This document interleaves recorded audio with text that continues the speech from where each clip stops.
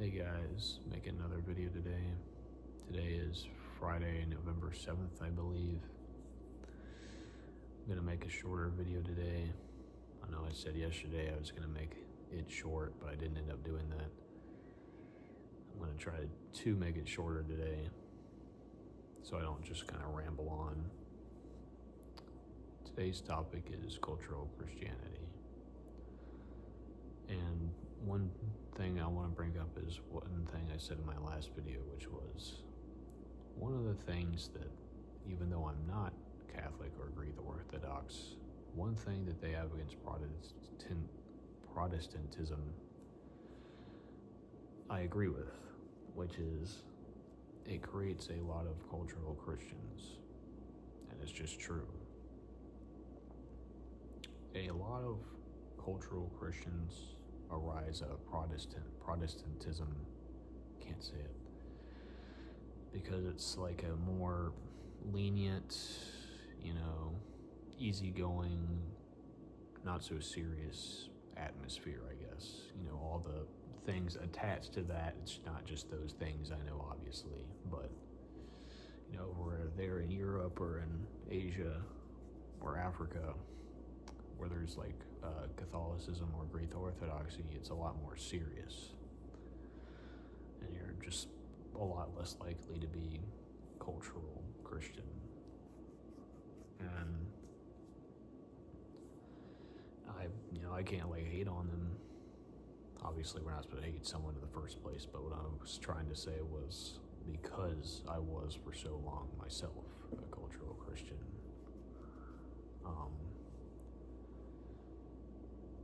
where to start off at? There's a bunch of things going in my head about what I wanted to say about the topic, but I kind of wanted to split this between men and women of my age, not older or whatever. Cultural Christianity, that's what I was going to say. Another thing I was going to say about Catholicism and Greek Orthodoxy that they have against, Protestantism is, in cultural Christians, one of the biggest problems is they think they are saved because they simply have thoughts about God. And I am telling you, I agree with them, they're right.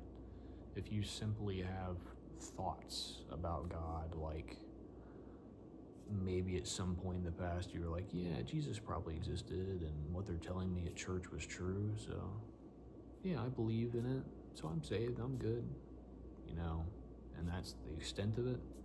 Unfortunately, for a lot of people in America, you're not saved if you're like that. Now, a lot of people are like that, and you can easily tell that they're not saved because of, as Christ said, you will tell them by the fruit that they produce. If you're like that, say, oh, I believe Jesus existed, in the past and whatnot, but you're still living a life where it's like you're going out to the club, you're getting drunk constantly, you're partying a lot, you're slandering and hating on people, you're just being self-absorbed and only care about money and pleasure, the odds are you're not saved. One of the things that happens when you do get saved is the Holy Spirit is deposited in you.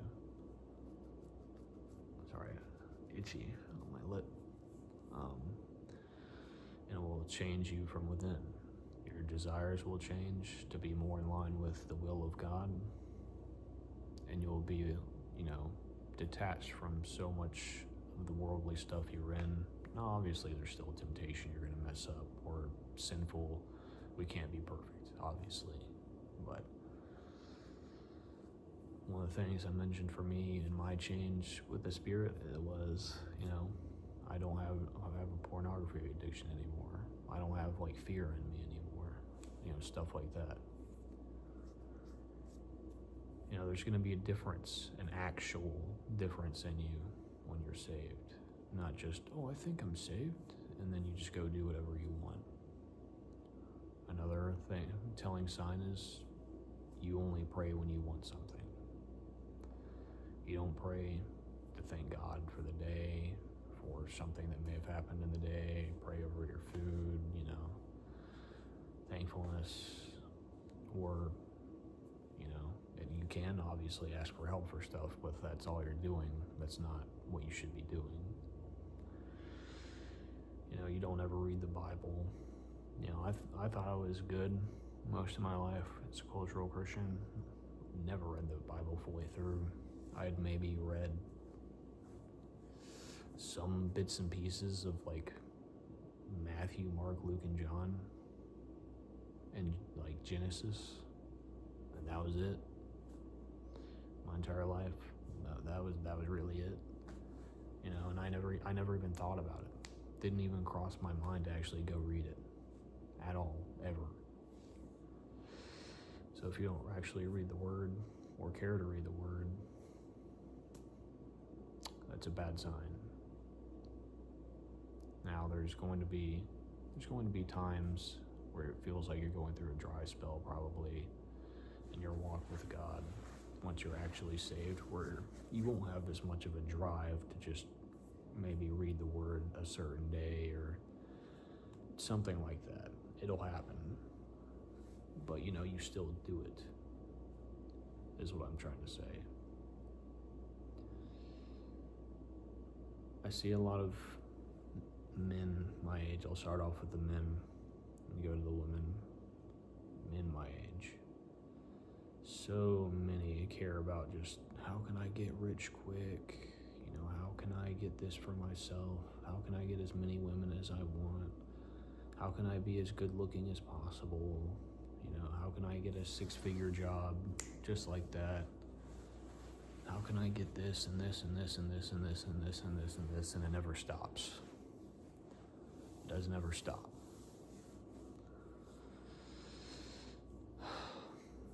Jesus tells us, store up treasures in heaven.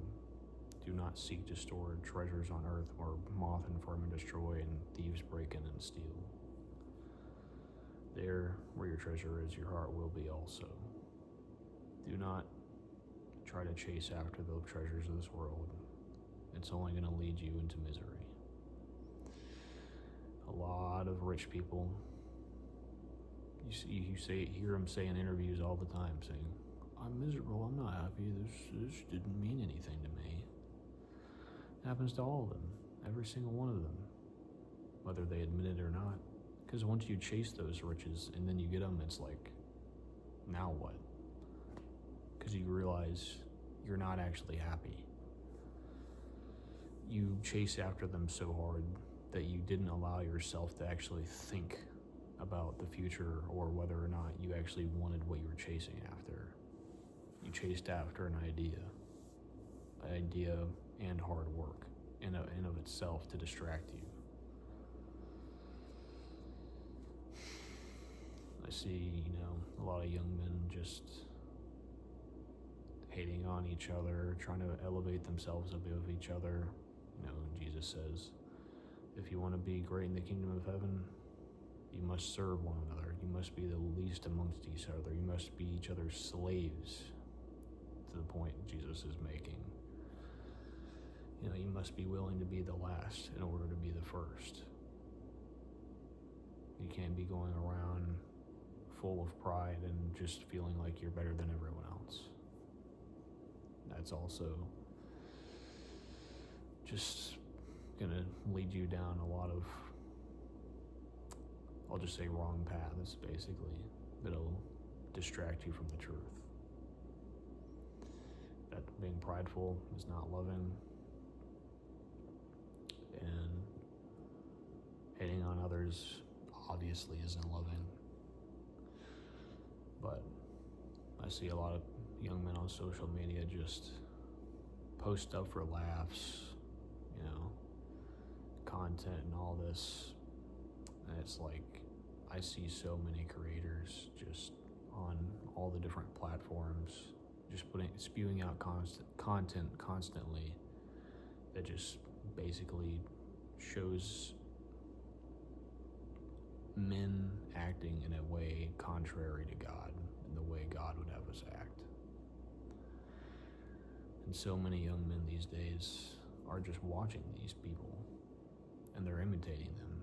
They're imitating what they see. We all did it as young guys. We imitated like the cool people at the time, whether that be sports players, basketball players, football players, whatever, soccer players, or it might be, people in your family or your friends you're imitating, you're all going to imitate each other. So don't follow each other and imitate what you see or be swayed to do so. Instead, you should be swayed to imitate Christ, not the people you see on social media.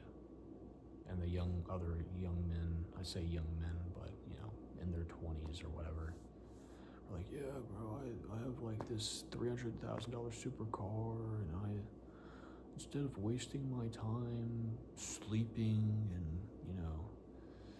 loving my family, instead I chose to spend all my time in online classes and learning knowledge, and now I'm a millionaire.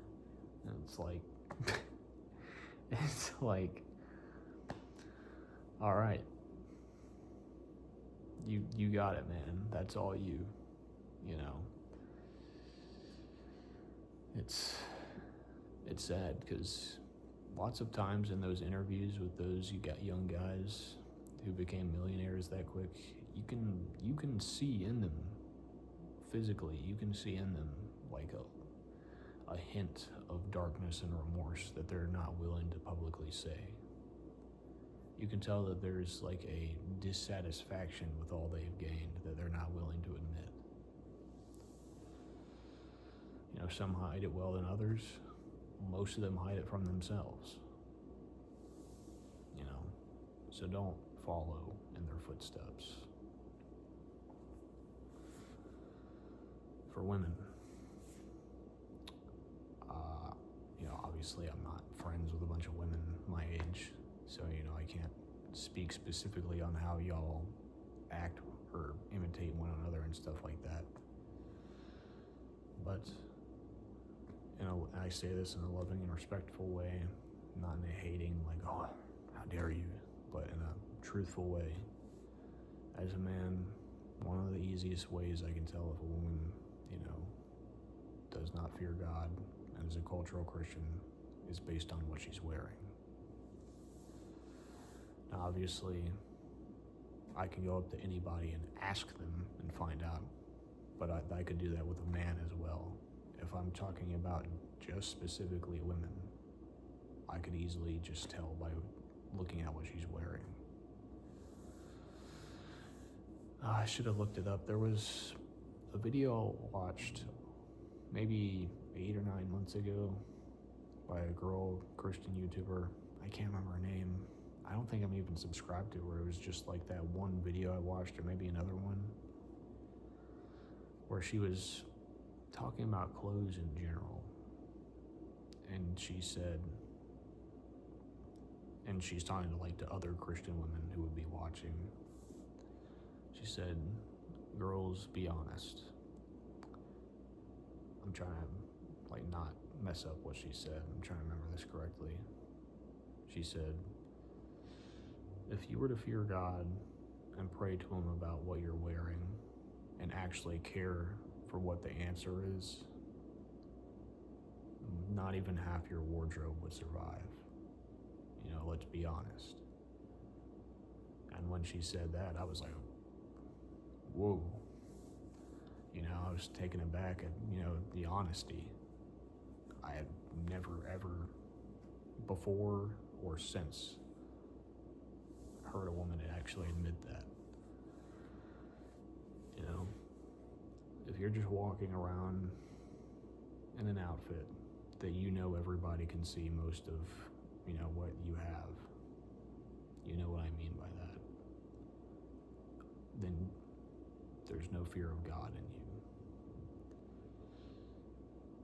There are also a bunch of different things that go into that. It goes into you're causing other people to stumble, and unfortunately at this point, not just men, but also women who are homosexual. But you're causing other people to stumble, and you say, oh, but they're looking at me. It's still on you for wearing that stuff. You know, you're still not free of guilt in that. As Paul tells us, we should not cause one another to stumble into sin, as that on ourselves would be sinful. You know, you can't just sit there and not caring about causing others to stumble because you just want to wear some tiny little top and, you know, super tight shorts or pants or whatever. You know, I know society in a lot of ways today is like pushed on women.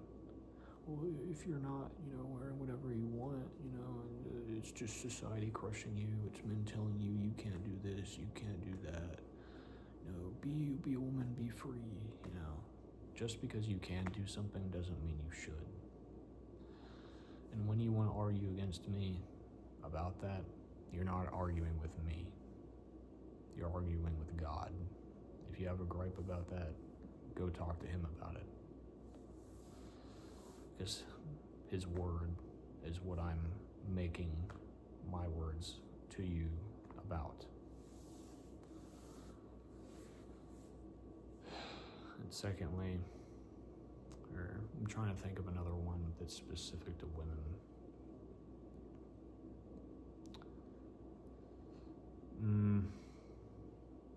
I can't really think of another one that's specific to women that I couldn't say is also just men. I could talk about, you know, partying or drinking or whatever, but that's just also men.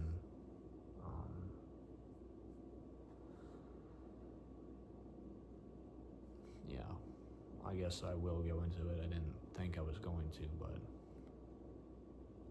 leftism. You know, I'm not even political, and I don't like to go into politics. But a lot of women these days are having, through social media, through their friends, through school, through so many different outlets, they're being just constantly fed ideas from leftism. And these ideas, most of them are just completely contrary to God and the Word. You know, I don't sit here hating, it just makes me sad. It makes me really sad that a lot of women are just growing up kind of being fed that over and over again. Just like men, as they're growing up, are fed over and over again to just chase riches and all the women they want and stuff like that. You know.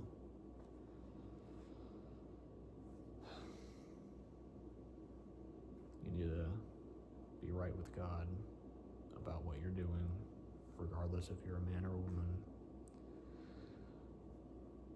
Excuse me. I myself am not perfect, obviously, but we're called to point out sin where we see it. And if I'm pointing out cultural Christianity, I'm just pointing out kind of the obvious signs. Obviously, I could go into a bit more detail on like both men and women about stuff on the inside and what your thoughts are like, you know, how are you thinking about other people and, you know, stuff like that. But I just wanted to give a general, easy to tell overview of things on what I can see outwardly of people. You know, it's not just me, obviously.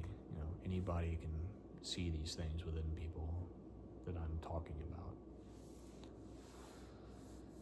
I hope that anyone seeing this has a good day and a good weekend.